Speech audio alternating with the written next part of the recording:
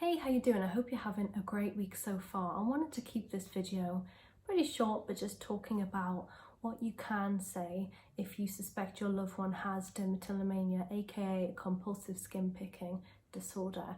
Now, when it comes to starting the conversation on dermatillomania, it's pretty tricky because the person may not even know what they have is a disorder. They may have just been told for many years of their lives that it's just a habit. So it could be something that's very new to them, and it could be very shocking for them if you do just go straight in and discuss dermatillomania, assuming that they know about it as well. But at the same time, if they are aware that what they have is dermatillomania, regardless if they know or not, it's not really something they'll probably want you to draw attention on. And so it's important to kind of get it right on how to get them to feel comfortable enough to talk about it without you having to prod the answer out of them. Because obviously when it comes to dermatillomania and managing it successfully, the best thing is to avoid pressure and pressurizing situations, pressurizing thoughts altogether, and just allowing that comfortable and safe space to grow so that the person can open up and truly receive the support. So I think one of the great things you can do is start a conversation about this, and it's one of those things that you want to do kind of over time, not overly doing it so that it comes across a bit fake and the person's starting to feel like, why you keep saying these things, but just kind of dropping them in every now and then over the long term to kind of build a closer relationship, and that is to compliment them on their character strengths. So not so much focusing on the appearance, because those with dermatillomania, it's really easy for us to become even more fixated on how we look.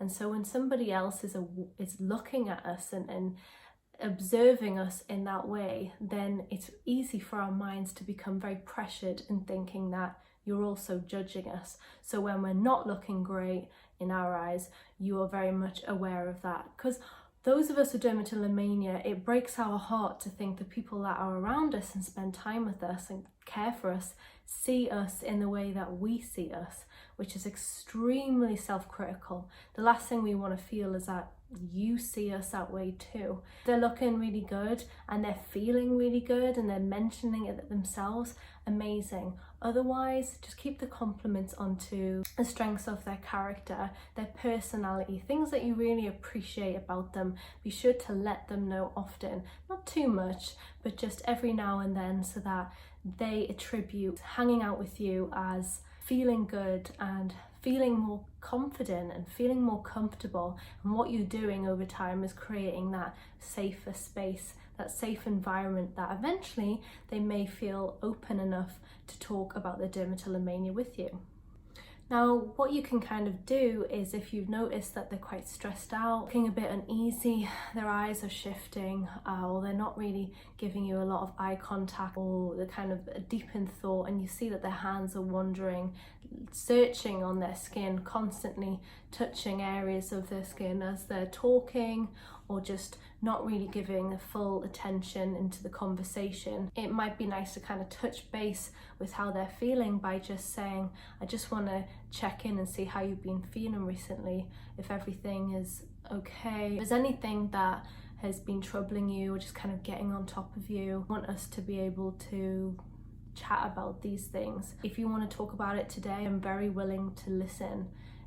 If that's what you want me to simply listen, I can do that. If you want us to talk about it, we can totally do that too. I care for you, I support you, and I just want you to know that. If you've found that your friend or family member that may have dermatillomania has been flaking from social situations, not really turning up to events, or if they are turning up to events, they're looking extremely uncomfortable and kind of you can tell that they don't really want to be there. Basically, you just kind of want them to know that the pressure isn't there and they don't have to come to everything if they don't want to. A lot of the time with dermatillomania sufferers, as well as myself, I mean, I've had it for 15 years, it's really easy for us to feel the need to turn up to everything that we've been invited to, because we have this pleasing mentality. We need to please other people, and it's often the case that we put the needs of others in front of ourselves, so it's a lot harder for us to say no, and we often say yes even if we don't really want to. So if you just remind them that it's okay if they don't always want to attend, say, like social gatherings with various people, and they much prefer just hanging out one-on-one, then be sure to say that to them, because that will already release a huge pressure off their shoulders, just to know that they have at least somebody in their life that can understand and sympathize with them. You don't have to firsthand have experience with dermatillomania to be able to help another person suffering with it. You can just simply be somebody that's willing to release that pressure, willing to hear them out, or just make them feel a little bit more understood, a little bit more accepted. On the back of that, you could also mention you're more than happy for them to suggest alternative ideas as well, because it's easy for those with dermatillomania to say yes to something that is way in the future. So we could say yes to something that's like a month away or 2 weeks away or whatever, because then we go into this prize mentality mode where we're like, right, we have a goal to smash. Say we're gonna go see some friends on the beach and that is 3 weeks away. We know that that is in the diary, and so we will not skim pick, or we will try as hard as possible not to skim pick certain areas that are a lot more on show, so that we can attend looking as normal as possible. And quite often the case when it comes to those actual occasions, the night before or the day of, it's easy for us to just have a total blowout skim picking session, to the point where we drop out of the event instantaneously because we just can't get over the fact that we look so bad after skim picking, and there's absolutely no way that we're going to go off the back of that.